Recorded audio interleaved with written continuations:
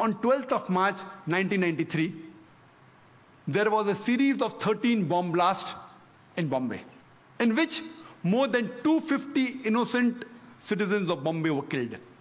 More than 250 innocent human beings were killed, and more than 700 human beings were injured. The opposition said, oh, planned everything. Justice Shri Krishna said, it was not meticulously planned, it was a retaliation. More than 1,500 innocent Muslims killed in riots in Bombay. More than 1,500 innocent Muslims during the Bombay riots of December 92 and January 93 were killed. It was a retaliation. And the authorities and the police said it was done by Muslim underworld with the help of some others. That's how the bomb blast took place. And they say, all of them agreed, even the police commissioner, they agreed that it was a retaliation to what had happened in Bombay. We know that immediately after the riots of December 92 and January 93, it was difficult for the Muslims to walk on the streets. It was difficult for him to travel in the train, travel in the bus, to work in a non-Muslim area. They were looked down upon, they were ridiculed. Immediately after 12th March 93 bomb blast, those scenario changes. Most of the Muslims, they know that killing innocent people is prohibited. Yet, they had a soft corner for these people who did the bomb blast. They were happy internally. In Islam, two wrongs don't make a right. Islam condemns this act. Killing innocent human beings is to be condemned. You cannot kill innocent human being if somebody else has done injustice to you. You can't kill a third person even if you belong to the same community. Islam prohibits that. Whoever did it, whether Muslims or non-Muslims, whoever killed more than 250 innocent human beings on 12th March 1993, Islam condemns it. Most of the Muslims knew that killing innocent people is haram, it is prohibited, yet they were internally happy. But you cannot use wrong means to reach a right goal. You cannot. Islam does not permit that you use the wrong method to reach a right goal. There cannot be any justification. We realize that Muslims are harassed, they were tortured, they were killed, but you can't justify the killing of innocent human beings. Imagine the family of those more than 250 innocent human beings. When they come to know that the Muslims have killed us, they will think, what kind of religion is this? What wrong did they do? Did they harass you? The person who has harassed you, if you catch him and put him to trial and he is a culprit and you punish him, no problem. All religions will give you permission. The innocent people killed on the street, what wrong they did to you? Imagine he will become a permanent enemy of Islam. Islam does not justify the killing of any innocent human being. It is to be condemned. When we realize the chain of sequence of events, who is to be blamed? We come to know that prevention is better than cure. Who is to be blamed? When we see the sequence of events, we come to know that if the opposition politicians, the politician from the opposition party, if they would not have used Babri Masjid and Ram Janmabhoomi issue as a political plank, the Bombay bomb blast in 93 wouldn't have taken place. Later on, the politicians in power, they could have easily prevented the gathering. They could have easily prevented the destruction of the Babri Masjid. Easily. They had the Supreme Court verdict. They had the military, they had the police, but they were afraid that if we do it, we'll lose vote bank, so they let the destruction take place. Second people responsible are the politicians in power. Third people, the innocent Indians, they are instigated against the minority. And they involve in killing of thousands of innocent Muslims. They are too responsible, but they're innocent people. Fourth people responsible is the police. The police could have easily prevented the riots in Bombay or anywhere in India, easily. The normal civilians, we are military trained. We cannot fight with the police. It's easy. It's very easy for the police of any city, especially Bombay, to prevent the riots. Very easy. Preventing terrorist attacks is difficult. I'll come to it later on. But riots is very easy. Easy.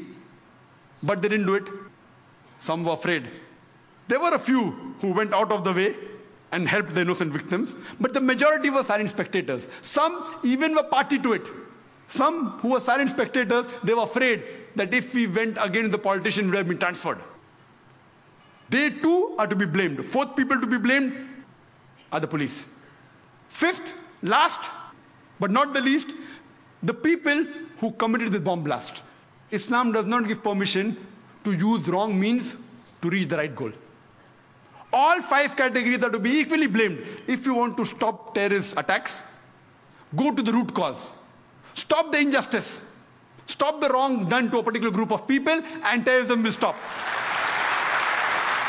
It is difficult for the police to stop the bomb blast. We know, we understand. It's not easy, it's difficult. But to stop the riots, very easy. Same case. You see most of the riots that took place in India, they have the same sequence, same people are involved, the details may differ. Same group of people involved. We have the other example of the Gujarat massacre that started on 27th of February 2002 and went on till March 2002. It was followed after the burning of a single coach of the Sabravati Express at Godhra on the 26th of February 2002. We know very well, it is nothing hidden. It's an open secret that this train, the bogie that was burned, according to forensic reports, according to circumstantial evidence, it says that the coach was burnt from inside. There are several evidences. But everything was planned. It was pre-planned. Muslims were instigated. There was a gathering. But they didn't kill. They didn't kill the innocent people. They say that 59 car sevaks were killed, yet it is to be doubted. Yes, there may be a few people that have been killed. Many people who were thought to be killed later on were found alive. So then they kept on changing the statement. So it was an inside job. Babri Masjid, inside job. 9/11 inside job. Godhra inside job. Main people to blame, they are the politicians. Then immediately, next day, from 27th of February 2002, no retaliation, pre-planned. It was a state-supervised massacre of the innocent Muslims in Gujarat. Nothing spontaneous, all pre-planned. And innocent citizens of Gujarat, they were instigated. They were given money, you can see evidence, to kill thousands of innocent Muslims. According to the state of Gujarat, 793 Muslims were killed and 253 Hindus were killed. But according to several human rights organizations, they said approximately 2,000 to 2,500 innocent human beings were killed. Almost all of them, they were Muslims. Other report says that more than 5,000 innocent Muslims were killed. There were thousands of Muslim women who were raped. There were tens of thousands of Muslims who were asked to leave the house. The houses were looted. They were burnt. There were tens and thousands of Muslims whose places of business, they were burnt. They were completely destroyed. The people killed in Gujarat massacre is far more the number than the 9/11. The loss of the people of Gujarat, if you add it, it is much more than the loss that took place on 9/11. Yet, according to George Bush, the people who did Gujarat massacre, they aren't terrorists. Only if you harm the Americans, then there's a problem. We know that there are tons of evidence in form of literature, newspaper, booklets. You have the Communism Combat, you have videotapes, VCDs, DVDs, actual recordings of the culprits, the people responsible, yet no action taken. Even the judiciary system, I'm sorry to say, in Gujarat failed. I think they were pressurized by the politicians. So much so that the Supreme Court of India had to pass a remark against the High Court of Gujarat that they were biased and the trials weren't correct. I feel it was mainly the politicians, the Supreme Court,